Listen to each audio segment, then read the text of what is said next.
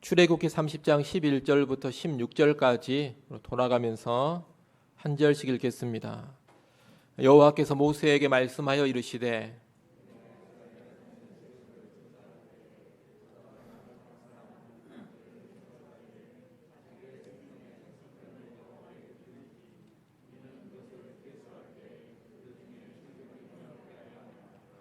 무릇 계수 중에 드는 자마다 성소의 세겔로 반 세겔을 낼지니 한 세겔은 20게라라. 그 반 세겔을 여호와께 드릴지며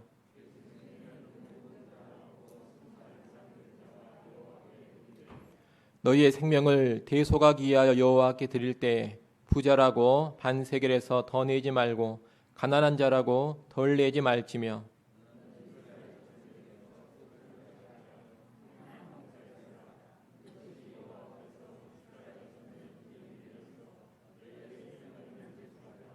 아멘.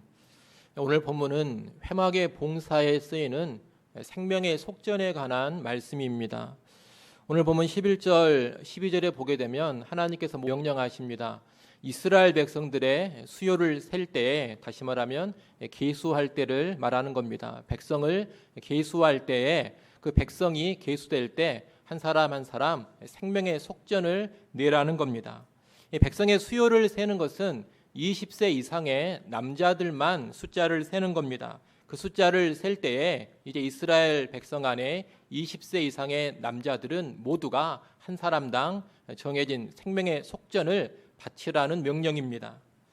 이 속전이라는 말은 덮개라는 뜻을 본래 가지고 있습니다. 그렇기 때문에 생명의 속전 그러면 생명을 덮어주는 것 이런 뜻이 됩니다. 다시 말하면 내 생명을 드려야 되는데 생명 대신에 다른 것을 드리면서 내 생명을 덮어주는 것, 이것이 생명의 속전입니다.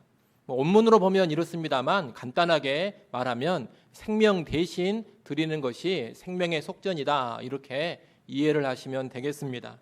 그래서 오늘 본문 15절 말씀에 보면 이 생명의 속전을 또 뭐라고도 이야기하느냐, 너희의 생명을 대속하기 위하여 여호와께 드리는 것이다, 그렇게도 표현을 하고 있습니다.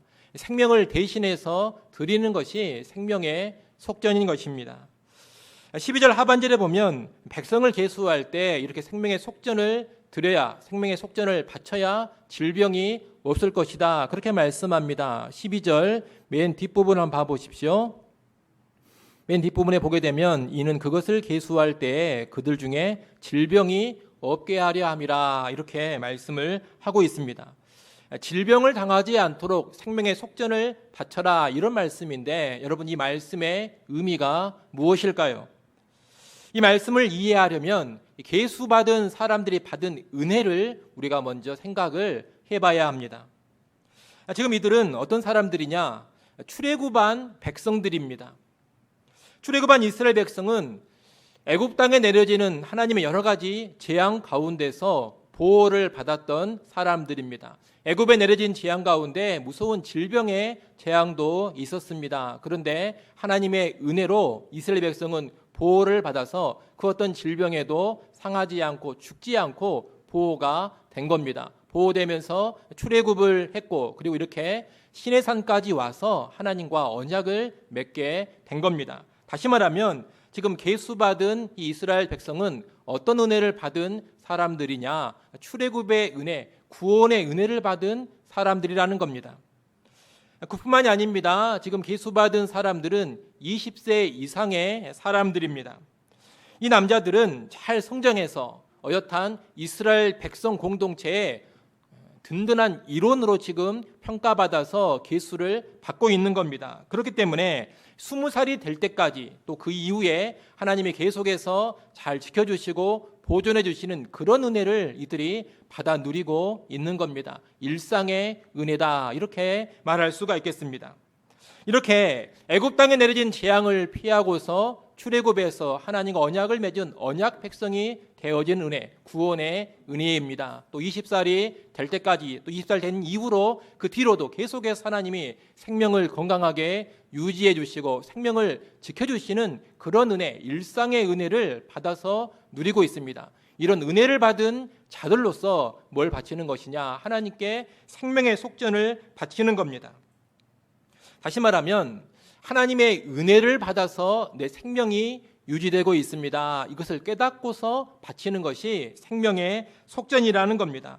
따라서 이 생명의 속전에는 근간에 뭐가 깔려 있느냐? 하나님의 은혜에 대한 감사가 깔려 있는 것이고, 그리고 하나님의 은혜로 유지되는 생명이니 내 생명은 나의 것이 아니라 내 생명은 하나님의 것입니다. 내 생명은 주의 것입니다. 이런 고백이 깔려져 있는 겁니다. 그래서 원래 생명을 드려야 되는데, 생명이 하나님의 것이기 때문에 생명을 바쳐야 되는데 생명 대신에 뭘 드리는 겁니까? 생명을 대신하는 돈, 생명의 속전을 바치는 겁니다. 그런데 여러분, 만약 어떤 사람이 생명의 속전을 바치지 않는다면 그것은 어떤 의미가 되겠습니까? 생명의 속전을 바치지 않는다라고 하는 것은 일단 뭘 모르는 겁니까? 하나님의 은혜를 모르는 겁니다. 출애굽해 주신 구원의 은혜도 모르는 것이고, 지금까지 건강하게 성장시켜 주시고 건강하게 살게 해주시는 일상의 은혜도 모르는 겁니다. 이런 은혜를 모르면서 생명의 주인을 누구라고 생각하느냐? 자기 자신이라고 생각을 하는 겁니다. 감사할 줄 모르는 것이고 생명의 주권도 인정할 줄 모르는 것이 생명의 속전을 바치지 않는 그런 모습이라는 겁니다. 이렇게 구원의 은혜도 모르고 일상의 은혜도 모를 때 하나님이 어떻게 하신다고 하는 거냐? 너에게 질병을 내리겠다. 다른 말로 하면 징벌을 내리겠다. 이렇게 말씀을 하시는 겁니다. 출애굽할 때 질병으로부터 보호해 주셨습니다. 그리고 또 20살이 되고 그 이후로 살아갈 때도 계속해서 질병으로부터 보호하시고 강건케 하셨습니다. 그럼에도 불구하고 전혀 그런 은혜를 깨닫지 못하고 생명의 속전도 바치지 않는다면 너에게 주었던 모든 은혜를 내가 이제 뭐 하겠다는 겁니까? 거두어 버리겠다, 이런 뜻입니다. 그런 맥락에서 생명의 속전을 바치지 않으면 질병을 내리겠다, 이런 말씀을 하나님께서 하시는 겁니다. 자, 이런 원리 가운데 생명의 속전을 바치는데 이 생명의 속전으로 얼마를 바치라고 합니까? 13절 말씀을 여러분이 한번 보십시오. 13절 말씀 여러분이 다시 한번 읽어보시면 좋겠습니다. 다시 읽습니다.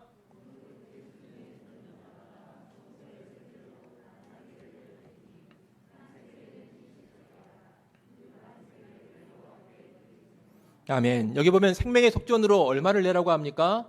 성소의 세겔로 반 세겔을 내라, 그렇게 말씀을 하고 있습니다. 우리가 성경에 보면 이 세겔을 말할 때 있어서 세 종류의 세겔을 말하고 있습니다. 이 세겔이 무게 단위입니다. 그런데 세 종류의 세겔을 이야기하고 있다는 겁니다. 먼저 뭐가 있느냐? 성소의 세겔이 있습니다. 그리고 왕궁의 세겔이 있습니다. 그리고 마지막으로 일반 세겔이 있습니다. 이 성소의 세겔은 성전, 성소에서 사용되는 세겔입니다. 왕궁 세겔은 어디에서 사용됐겠습니까? 왕궁에서 사용되는 세겔입니다. 일반 세겔은 사람들이 일반적인 사회생활을 할 때 사용하는 세겔을 말하는 겁니다.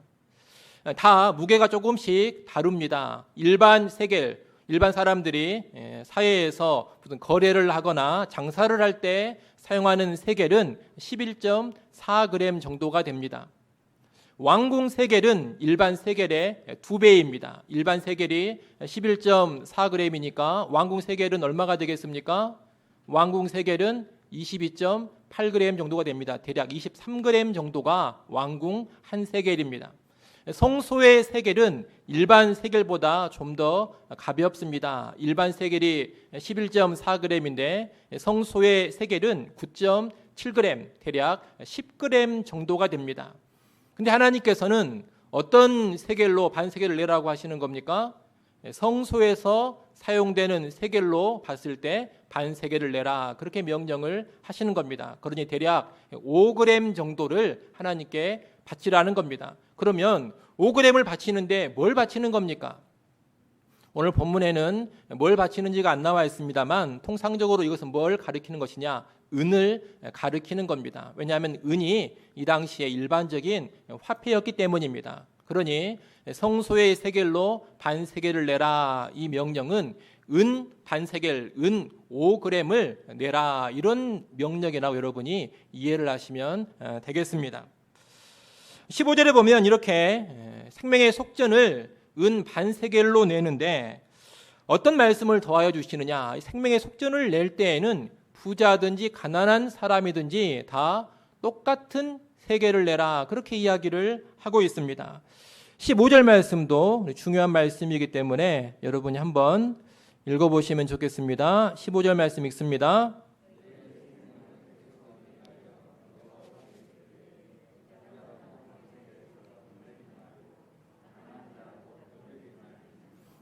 아멘. 이 생명의 속전을 낼 때는 부자라고 해서, 돈이 많은 사람이라고 해서 더 내는 게 아닙니다. 또 가난한 사람, 돈이 없는 사람이라고 해가지고 더 적게 내는 것도 아닙니다. 부자든 가난한 사람이든 생명의 속전은 똑같은 양으로 내라고 하나님께서 명령을 하십니다. 그리고 마지막 16절에 보게 되면 이 생명의 속전은 어디에다가 쓰라고 합니까? 회막 봉사에 쓰라, 이렇게 말씀을 하고 있습니다. 이 회막은 성막을 말하는 겁니다. 성막에서 여러 가지 일들이 이루어지는데 성막을 유지하는 데 필요한 모든 것들을 생명의 속전으로 보수하기도 하고 또 구입하기도 하고 그러면서 유지하는 겁니다. 또 이 생명의 속전을 가지고서 성막에서 섬기는 사람들의 필요를 채우는 데도 사용이 되는 겁니다. 이런 것을 통틀어서 회막 봉사에 써라, 이 말로 이야기를 하고 있는 겁니다. 이상이 오늘 본문의 생명의 속전에 관한 말씀입니다. 일단 이 말씀 한 구절 한 구절을 그 자체로 잘 이해할 수 있어야 되겠습니다. 이제 우리가 생각해 볼 것은, 그렇다면 이 생명의 속전의 규례를 통해서 우리가 배워야 할 것은 뭐냐? 생명의 속전이 우리에게 무엇을 가르쳐 주는 것이냐, 이것입니다. 우리는 이 생명의 속전을 가지고 세 가지 정도의 교훈을 생각해 볼 수가 있겠습니다. 첫째, 우리의 생명, 내 생명은 주의 것이라는 사실입니다. 생명의 속전은 하나님의 은혜로 내 생명이 주어졌음을 알고 그 생명을 대신해서 드리는 물질입니다. 이 생명의 속전을 드리는 전제가 뭐냐? 하나님의 은혜로 내 생명이 유지되고 있다, 하나님의 은혜를 받아서 내가 살고 있다, 이겁니다. 이스라엘 백성은 이 생명의 속전을 드릴 때마다 뭘 다시금 생각하는 것이냐? 하나님의 은혜로 내가 생명을 유지하고 있습니다, 이 사실, 이 진리를 상기하는 것입니다. 그들은 출애굽의 은혜를 받아서 살았습니다. 그리고 일상의 은혜를 받으며 살고 있습니다. 생명의 속전을 통해서 다시금 그 은혜를 깨닫고 내 생명은 주님의 것입니다, 이런 고백을 하면서 생명의 속전을 바친다는 겁니다. 그러면 이러한 모습이 구약의 이스라엘 백성에게만 적용되는 것이냐? 그렇지가 않습니다. 신약 시대의 이스라엘인 우리 그리스도인들에게도 그대로 적용이 되는 겁니다. 우리 그리스도인들은 일단 어떤 은혜를 받았습니까? 구원의 은혜를 받았습니다. 우리가 본래 범죄한 죄인들로서 하나님의 진노의 심판을 받아 마땅합니다. 하나님의 진노의 심판을 받아 죽는 게 마땅한 죄인이었다라는 겁니다. 하지만 하나님께서 우리의 생명을 취하시지 아니하고 예수 그리스도가 대신 형벌을 받게 하셨습니다. 예수 그리스도의 대속의 공로를 통해서 우리를 살려주셨다는 겁니다. 따라서 우리가 영원한 생명을 얻고 우리가 살고 있는 것은 하나님의 은혜입니다. 구원의 은혜로 인해서 내가 죽지 않고 영원한 사망에 떨어지지 않고 살고 있다는 겁니다. 우리가 이런 구원의 은혜만 받은 게 아닙니다. 또 어떤 은혜를 받고 있겠습니까? 일상의 은혜를 받고 있는 겁니다. 여러분, 내가 이 땅에 태어나서 지금까지 살고 있는 것, 그 모든 것이 하나님의 은혜라는 것을 분명히 알아야 됩니다. 내가 그냥 태어난 것이 아니고 내가 어찌어찌해서 그냥 지금까지 살아온 것이 아닙니다. 하나님의 은혜로 태어난 것이고 태어난 이후 지금까지 하나님의 은혜로 보호받으면서 하나님의 은혜로 지금까지 살고 있는 겁니다. 우리 찬송가 가사에도 우리 어르신들이 많이 좋아하는 그런 가사 있지 않습니까? 지금까지 지내온 것 주의 크신 은혜라, 이렇게 많이 고백하는데 여러분, 이것이 단순히 교리적인 고백이 아니라 정말 진리입니다. 하나님의 은혜로 우리가 지금까지 살아오고 있다는 겁니다. 여러분, 이 땅을 한번 돌아보십시오. 얼마나 위험천만한 세상입니까? 수많은 사건, 사고들이 있습니다. 우리의 생명을 위협하는 수많은 것들이 우리 주변에서 도사리고 있습니다. 또 수많은 질병들이 있습니다. 그럼 모든 것 가운데서 어떻게 내가 건강을 유지하고 어떻게 내가 이렇게 살고 있는가? 하나님의 뜻 가운데 은혜를 주시니 이렇게 살고 있는 겁니다. 한마디로 내가 숨 쉬며 살고 있는 그 자체가 하나님의 은혜라는 겁니다. 여러분 뉴스를 통해서도 보셨겠습니다만 지하차도에 들어가서 익사해서 죽을 줄 누가 알았겠습니까? 하나님이 거두고자 하시면 우리는 절대로 죽을 리 없으리라 생각하던 그런 장소에서도 순식간에 죽을 수 있는 그런 존재입니다.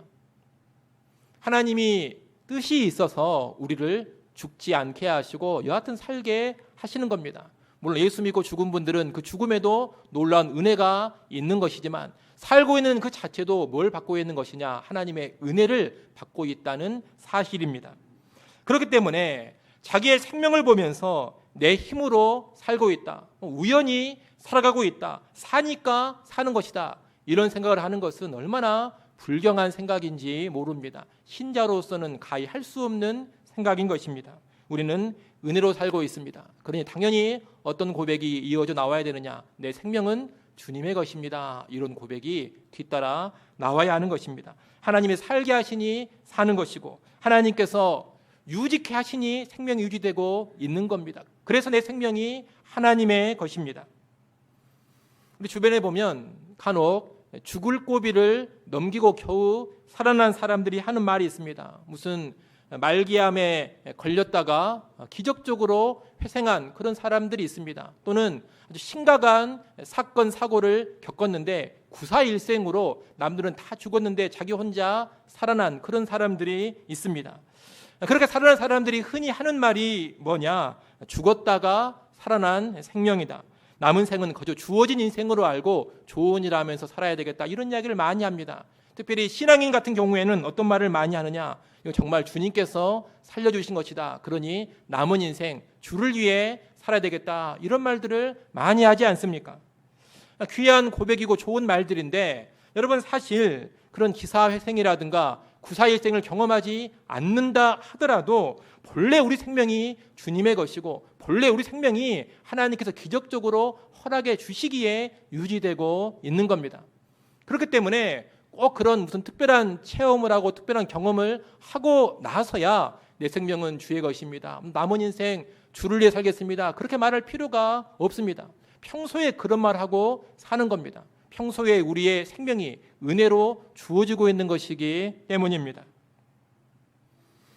그런 여러분의 생명이 구원의 은혜 위에서 그리고 일상의 은혜 위에서 펼쳐지고 있다는 것을 꼭 기억하시고 내 생명은 주의 것이다, 이런 고백하며 살아가시기를 바랍니다. 그리고 주의 것인 그 생명 자기를 위해 쓰지 마시고 주를 위해 사용하시기를 바랍니다. 그것이 가장 복된 인생이 될 겁니다.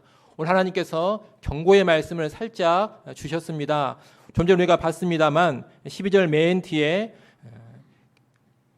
생명의 속전을 내야지만 그들 중에 질병이 없게 하신다, 그런 일말의 경고의 말씀을 잠깐 주셨다는 겁니다. 뭘 가르쳐 주는 겁니까? 은혜로 받은 생명인 줄을 모르고 네 멋대로 살아간다면 합당한 징벌이 있을 수 있다라는 것을 경고하는 말씀인 겁니다. 여러분, 정말 은혜로 살고 있음을 고백하십니까? 구원의 은혜로 내가 생명 얻었음을 고백하십니까? 내 생명이 주의 것인 것을 고백하십니까? 그런 고백이 있다면 정말로 내 생명 하나님의 것인 줄로 아시고 자기를 위해 쓰지 마시고 주를 위해 사용해가는 그런 지혜자들 꼭 될 수 있기를 간절히 소원합니다. 두 번째로 오늘 본문에서 배울 수 있는 것은 모든 사람의 생명이 동등하다는 겁니다. 예전에는 모든 생명이 동등하다 이렇게만 말해도 별로 문제가 없었는데 요즘은 하도 동물에 대한 관심이 커져가지고 그냥 모든 생명은 동등합니다 그러면 또 무슨 생각을 해버리냐면은 개의 생명과 사람의 생명도 똑같이 가치가 있다, 이런 생각하는 사람들이 간혹 있습니다. 그래서 이제는 그냥 모든 생명이 동등하다 이렇게 쉽게 말을 안 하고 꼭 단서를 붙여야 됩니다. 모든 사람의 생명이 동등합니다. 모든 사람의 생명이 똑같은 가치가 있다, 이 말입니다. 생명의 속전을 어떻게 드리라고 했습니까? 부자라고 해서 가난한 사람이라고 해서 다르게 드리는 게 아니라고 했습니다. 부자든 가난한 사람이든 똑같이 은 반세계를 드리는 겁니다.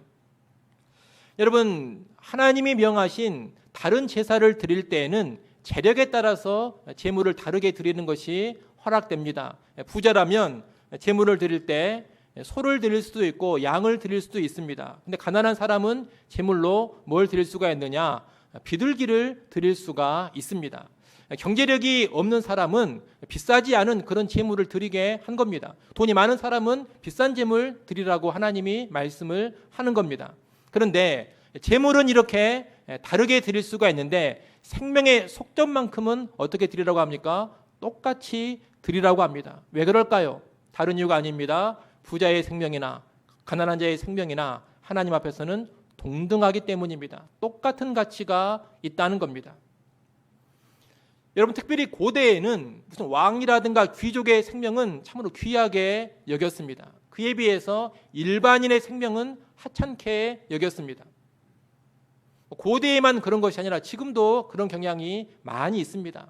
공식적으로는 그렇지 않다 그러지만 막상 사람들이 살아가는 이 사회, 세상을 보고 있노라면 누구의 생명이 더 귀한 것으로 많이 여겨집니까? 부자의 생명이 더 귀한 것으로 여겨지고 가난한 사람의 생명은 그에 비해서 덜 귀한 것으로 여겨질 때가 많이 있습니다. 그러나 하나님의 말씀은 뭐라고 이야기하느냐? 아주 오랜 고대에 쓰여진 말씀임에도 불구하고 부자가 됐든 가난한 자가 됐든 생명의 속죄는 똑같다. 생명의 가치는 동등하다. 이렇게 말하고 있는 겁니다. 여러분, 이것이 영원히 불변한 하나님의 규례입니다. 사람이라면 어떤 사람이든지 간에 생명의 가치가 똑같다는 겁니다. 하나님 이 땅의 모든 사람을 바라보실 때 그 생명의 가치, 존재의 가치를 절대로 차별하지 않으십니다.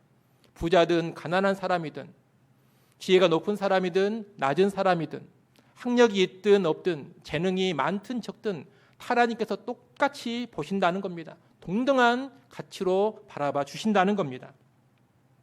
그렇기 때문에 우리 그리스도인들도 당연히 이런 관점, 이런 가치를 가지고 살아야 합니다. 어떻게 살아야 한다는 겁니까? 사람을 바라볼 때 그 생명과 그 인간의 가치를 외적인 조건과 무관하게 동등하게 바라보며 살아야 한다는 겁니다.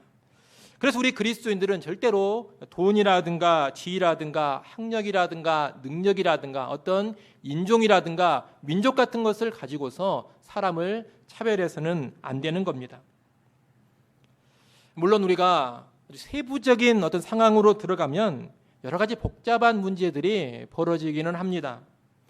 동등한 인간의 생명이지만 아주 급박한 상황에서는 누구를 먼저 살려야 하는가, 이런 현실적인 문제가 대두될 때가 있다는 겁니다.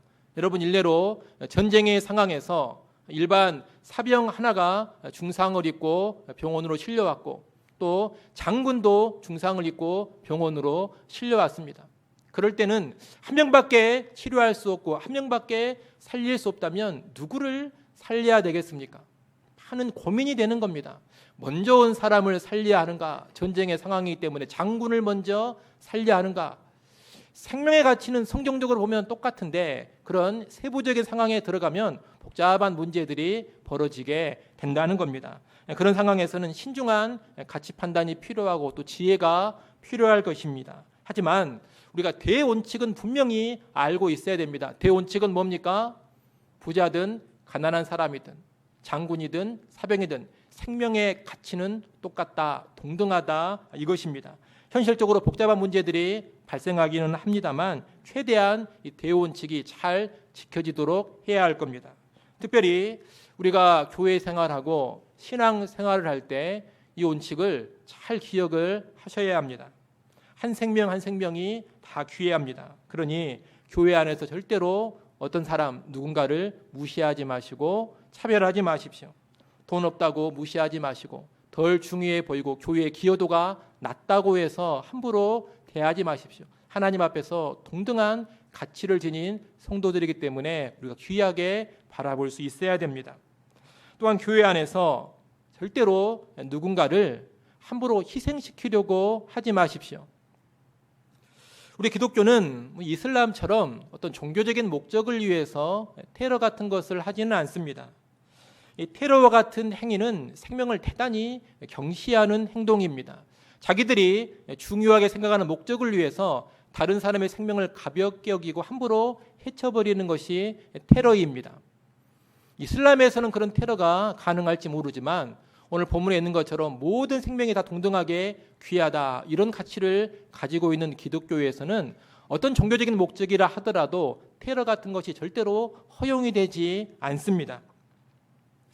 그런데 교회 안에서 무슨 폭탄을 터뜨리거나 총을 쏘는 그런 테러 행위는 일어나지 않습니다만 인격적인 테러라든가 사회적인 테러가 일어날 수가 있다는 겁니다. 한 생명을 무시하고 우리가 함부로 대하는 것, 조직의 안이라든가 조직의 목적을 위해서 한 사람을 무례하게 해쳐버리는 것, 여러분 이것이 다 인격적인 테러가 되는 것이고 사회적인 테러가 되는 겁니다.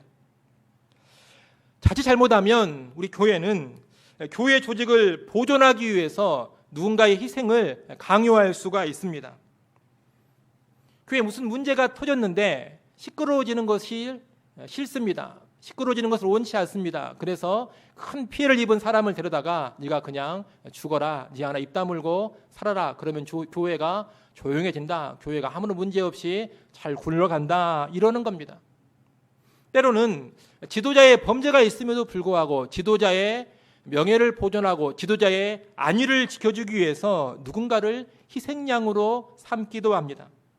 여러분 그런 일들이 다 생명을 소홀히 다루는 일들입니다. 여러분 왜 교회 조직을 위해서 한 생명을 희생시키려고 합니까? 또 왜 지도자의 명예라든가 지도자의 안위를 위해서 한 생명을 희생시키려고 합니까? 그래서는 안 된다는 겁니다. 교회가 책임질 일이 있다면 정당하게 책임을 져야 합니다. 그리고 지도자가 책임져야 할 일이 있다면 정당하게 책임을 져야 합니다. 교회 좀 보존해 보겠다고, 교회 조직 살려보겠다고, 또 지도자의 안위를 보존해 보겠다고 좀 덜 중요해 보이고 별로 가치가 없어 보이는 그런 사람을 죽이려고 하고 희생시키려고 해서는 절대로 안 된다는 겁니다. 그런 행태는 모든 생명을 동등하게 여기는 하나님의 관점을 정면으로 대적하는 행위입니다. 그런 여러분 신앙생활 하시면서 그런 일들을 각별히 주의하시기 바랍니다. 우리가 깨어있지 않으면 자칫 착각해가지고 그런 죄를 저지를 수가 있기 때문입니다. 여러분 모든 인간의 생명이 동등합니다. 모든 인간이 똑같은 소중한 가치를 지니고 있습니다. 이를 잘 기억하시고 교회 안과 교회 밖에서 모든 사람을 존귀하게 대하는 우리 모두가 되었으면 좋겠습니다. 마지막 세 번째입니다. 이 생명의 속전을 통해 마지막으로 배울 수 있는 것이 물질의 섬김이 귀하다는 겁니다. 이 생명의 속전은 어디에 쓰여진다고 했습니까? 16절 말씀에 보면 회막 봉사에 쓰여진다 그랬습니다. 앞에서 말씀드린 것처럼 회막을 유지하고 보수하는 일, 또 회막에서 섬기는 자들의 필요를 채우는 일에 이 생명의 속전이 사용된 겁니다. 이스라엘 백성들은 회막 중심의 공동체입니다. 그리고 회막을 통해서 많은 혜택을 누립니다. 그러니 당연히 회막을 유지하고 섬기는 일에 들여져야 하는 겁니다. 그런데 모든 백성이 회막에 직접 나와서 다 몸으로 섬기는 것은 아닙니다. 이 회막에서 몸으로 섬기는 사람들은 주로 제사장들이나 레위인들입니다. 그 외의 사람들은 뭘로 섬기느냐? 오늘 본문에 있는 것처럼 물질을 바침으로써 섬기는 겁니다. 하나님은 생명의 속전을 내게 하심으로써 회막 봉사에 동참케 하셨다는 겁니다. 그래서 이 생명의 속전을 내므로써 제사장이 아니고 레위인이 아니라 하더라도 회막을 섬길 수 있게 해주신 겁니다. 이렇게 볼 때 이 회막을 섬기는 일은 결코 특정한 사람들만이 하는 게 아닙니다. 몸으로 섬기든 물질로 섬기든 모든 이스라엘 백성이 다 동참해서 섬기는 것이 회막의 봉사인 겁니다. 오늘날 우리가 하나님을 섬기고 교회를 섬기는 것도 똑같습니다. 우리가 하나님의 일에 몸으로 참여할 수도 있는 것이고 물질로 참여할 수도 있는 겁니다. 우리가 시간을 내서 우리 몸으로 섬기고 몸으로 봉사하는 것은 정말로 귀하고 아름다운 일입니다. 그러니 여러분이 여건이 되고 시간이 되신다면 몸으로 봉사하고 몸으로 섬기는 일을 하시는 것이 좋습니다. 더불어 물질로 섬기는 것도 정말 귀한 일입니다. 오늘 본문에 이 생명의 속전을 포함해서 우리가 성경을 보면 물질로 하나님을 섬기고 물질로 성막, 성전을 섬기는 일들이 많이 언급됩니다. 구약의 11조라든가 신약의 헌금 같은 것이 다 성전을 섬기고 교회를 섬기는 그런 모양으로 나타나는 겁니다. 우리가 따로 여러 구절들을 찾아보진 않겠습니다만 성경에 이렇게 섬김과 연관해서 물질이 많이 나오고 있는 것은 그만큼 이 돈이라는 것이 중요하기 때문입니다. 왜 이렇게 성경이 물질을 드리고 물질로 섬기는 것을 많이 강조하고 있는가? 돈이라는 것이 아주 특별하기 때문이라는 겁니다. 여러분이 생명의 속전도 뭘로 바치라고 했습니까? 생명의 속전도 돈으로 바치는 겁니다. 생명을 대신해서 바칠 수 있는 게 여러 종류가 있을 텐데 다른 것으로 바칠 수도 있을 텐데 하나님은 뭘 바치라고 했느냐? 생명 대신에 바칠 것은 돈이다. 이렇게 말씀을 하셨다는 겁니다. 이것은 일반적으로 이 돈이라는 것이 한 인간에게 있어서 생명만큼 소중하게 여겨지기 때문입니다. 교회를 다니시는 분들은 자꾸 이제 말씀을 두고 교육을 받다 보니까 의도적으로 또 의식적으로 돈이라는 것은 아무것도 아니다. 돈이라는 것은 하찮은 것이다. 이렇게 반응하기가 쉽습니다만 여러분 사실 이 돈이라는 것이 결코 사소한 게 아닙니다. 이 돈이라는 것은 내 수고와 희생과 노력의 결정체입니다. 땀 흘려 정말 힘있게 일하고 한껏 수고해야 여러분 돈 몇 푼이 우리 수중에 들어옵니다. 여러분이 한번 한 달 동안 일하고 월급 받는 것 생각해 보십시오. 여러분 그 돈을 거저 받습니까? 누가 그냥 거저 월급 줍니까? 정말로 수고하고 고생하고 애쓰면서 버는 것이 돈입니다. 때로 돈 벌기 위해서 자존심도 망가져가고 돈 벌기 위해서 때로 수치를 당하기도 합니다. 때로 돈을 벌기 위해서 아주 극심한 스트레스를 받기도 합니다. 여러분 돈 벌다가 스트레스 받아서 죽는 사람도 있습니다. 돈 버는 게 절대 쉬운 일이 아니라는 겁니다. 때로 몸이 아파 죽겠는데도 어쩔 수 없이 돈 벌러 직장으로 나가기도 합니다.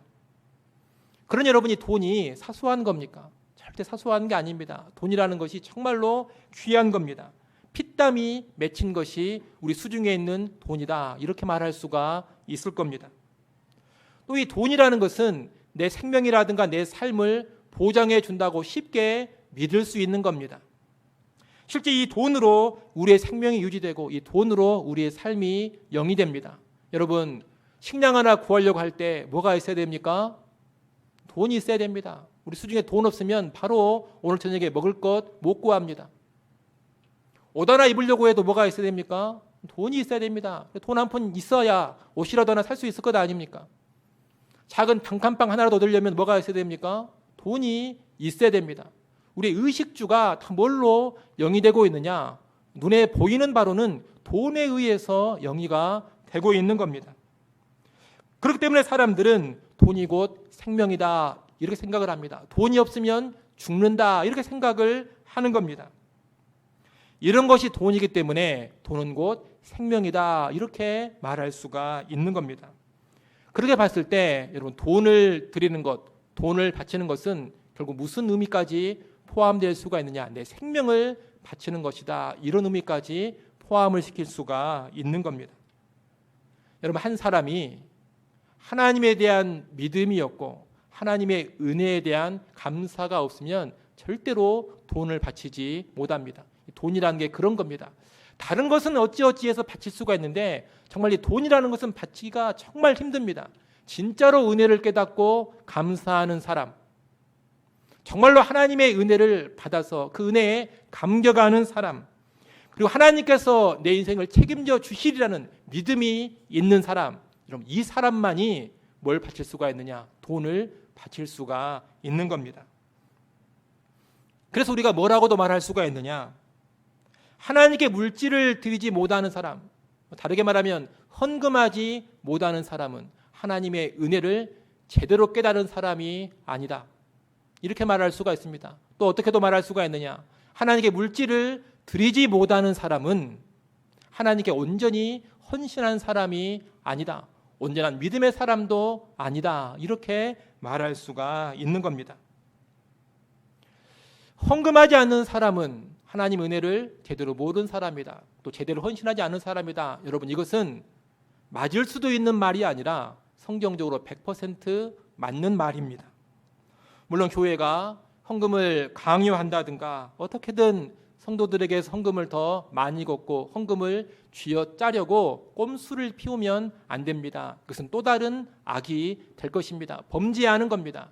헌금이라는 것은 말씀에서 보여주는 대로 가르칠 것을 가르치고 그 다음에는 성도들의 자원하는 마음에 맡겨야 하는 것입니다. 자원함으로 성도가 알아서 드리는 것이 헌금이지 신약시대에 강제적으로 압박을 가하고 때로는 겁박을 하면서 헌금을 걷는 것은 올바른 모습이 아니라는 겁니다. 하지만 그럼에도 불구하고 이 헌금이라는 것은 한 사람의 참된 믿음을 평가하는 데 있어서 절대로 간과해서는 안 되는 요소인 겁니다. 지도자 입장 또 교회 입장에서는 헌금하는 것을 가지고 그 사람의 믿음이라든가 헌신을 평가하는 것이 이상한 게 아닙니다. 그것은 대단히 성경적인 것이고 당연한 것입니다. 성경을 모르고 하나님을 모르는 세상 사람들 또 교회 안에 있지만 성경을 잘 모르는 사람들은 헌금 그러면 무슨 알레르기 반응을 일으킵니다. 헌금 이야기만 나오면 그냥 부들부들 떱니다. 또 무슨 헌금을 가지고 사람을 평가한다 그러면 그런 게 어디가 있느냐, 교회가 그런 식으로 나가면 되느냐, 자꾸 이런 이야기를 많이 합니다. 이것은 세상 사람들 생각이고 믿음 없는 사람들 생각입니다. 성경적으로 보자면 헌금은 사람을 평가하는 아주 중요한 기준입니다. 저도 지도자로서 헌금을 가지고 사람을 중요한 기준으로 평가를 합니다. 내가 사람의 중심을 정확하게 파악하지 못합니다. 제가 하나님이라면 척 보고 저 사람 진짜 믿음이 참된 믿음이로구나, 정말 저 사람이 정말 헌신된 사람이로구나 바로 알 수가 있을 텐데 제가 하나님이 아닙니다. 중심을 척 봐가지고 알지를 못합니다. 그래서 어떻게 사람을 분별하고 평가해야 됩니까? 겉으로 드러나는 모습을 가지고서 평가할 수밖에 없는 겁니다.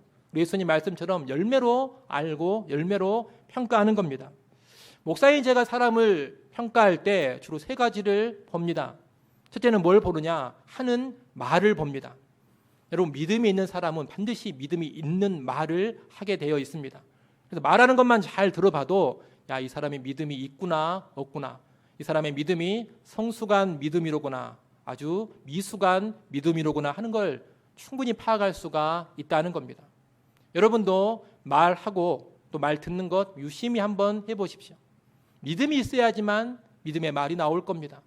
또 주변 사람들 볼 때 믿음이 없으면 늘 그 사람 믿음 없는 소리만 하고 돌아다닐 겁니다. 그래서 제가 믿음을 평가함에 있어서 어떤 말을 저 사람이 하는가 잘 들어봅니다. 두 번째로 보는 것은 행실입니다. 말은 번드르하게 해도 막상 행동으로 옮기지 않는 그런 사람들이 적지 않습니다. 말로는 하나님께 다 헌신할 것 같고 말로는 충성할 것 같고 말로는 목숨도 내놓을 것 같은데 막상 행실을 보면 전혀 그러지를 않습니다. 그럼 이 사람은 말만 좋은 사람입니다. 말만 좋고 행실이 수반되지 않으면 진짜 좋은 믿음이라고 말할 수가 없습니다. 그래서 행실을 유심히 보는 겁니다. 그리고 제가 마지막으로 뭘 보겠습니까? 앞에서 말씀드린 것처럼 헌금을 봅니다. 저 사람이 물질을 기꺼이 자원함으로 드리는가, 그리고 인색함 없이 그의 경제적인 분량 안에서 후히 드리는가, 이것을 본다는 겁니다. 성경이 돈 문제를 중요하게 다루고 있고 아주 집요하게 다루고 있기 때문에 저도 헌금하는 것을 가지고 사람을 분명히 평가합니다. 만약 물질을 드리지 못한다거나 물질을 드려도 아주 인색하게 드리고 있다면 저는 하나님은 어떻게 평가하실지 모르겠습니다만 외부를 볼 수밖에 없는, 겉을 볼 수밖에 없는 지도자로서 믿음이 좋은 것으로 평가하지 않습니다. 이렇게 제가 말과 행동 그리고 헌금을 가지고 우리 성도들의 믿음을 평가합니다. 이 믿음을 평가한다는 말을 오해는 하지 마십시오. 믿음 평가한다는 말이 믿음이 좋지 않으면 무시하고 함부로 대하고 가치 없게 대한다, 절대 그런 이야기가 아닙니다. 왜 믿음을 평가합니까? 그 사람을 적절하게 이해하고 적절하게 잘 도와주고 잘 섬겨주기 위해서 믿음을 평가하는 겁니다. 무시하고 멸시하려고 믿음을 평가하는 게 아니라 잘 도와주려고 믿음을 평가한다, 이 말입니다. 또 믿음을 평가하는 또 하나의 중요한 이유는 교회 중직을 맡길 만한 사람인가, 이것을 알기 위해서 믿음을 평가하는 겁니다. 교회 중직은 반드시 믿음이 정말 있는 사람, 믿음이 좋은 사람이 되어야 합니다. 그러니 믿음 평가하는 일을 안 할 수가 없는 겁니다. 교회의 중요한 직분을 적절하게 맡기기 위해서라도 목회자는 믿음을 평가하는 겁니다. 여러분, 이렇게 목회자인 제가 사람 믿음을 평가할 때 물질을 분명히 넣고 있습니다. 물질을 넣는다는 것은 좀 전에 말씀드린 것처럼 이 물질 생활이 그 사람의 은혜를 깨닫는 모습, 감사하는 모습, 헌신의 모습과 아주 중요하게 직결되어 있기 때문입니다. 여러분, 생명의 속전을 우리 하나님께서 물질로 내라고 했습니다. 생명을 대신해서 뭘 드림으로? 물질을 드림으로 성막을 섬기는 겁니다. 하나님께서 생명 대신에 돈을 내라고 하셨습니다. 생명과 돈 사이에 이렇게 깊은 연관성이 있는 겁니다. 그런 여러분이 생명의 속전을 통해서 물질을 드리는 것의 의미를 다시금 깊이 묵상해 보시기를 바랍니다. 이 헌금이 단순한 헌금이 아니라 은혜, 감사, 헌신과 얼마나 깊은 연관이 있는지를 잘 묵상하고 생각을 하시라는 겁니다. 깊은 묵상을 하셔서 여러분의 물질 생활에도 성경적인 진전이 있기를 바랍니다. 물질로 하나님 섬기는 것 참으로 귀하고 중요한 일입니다. 아무쪼록 이 생명의 속전을 통해서 여러분의 물질 생활, 헌금 생활에 올바른 모습 나타날 수 있기를 간절히 소원합니다. 기도하겠습니다.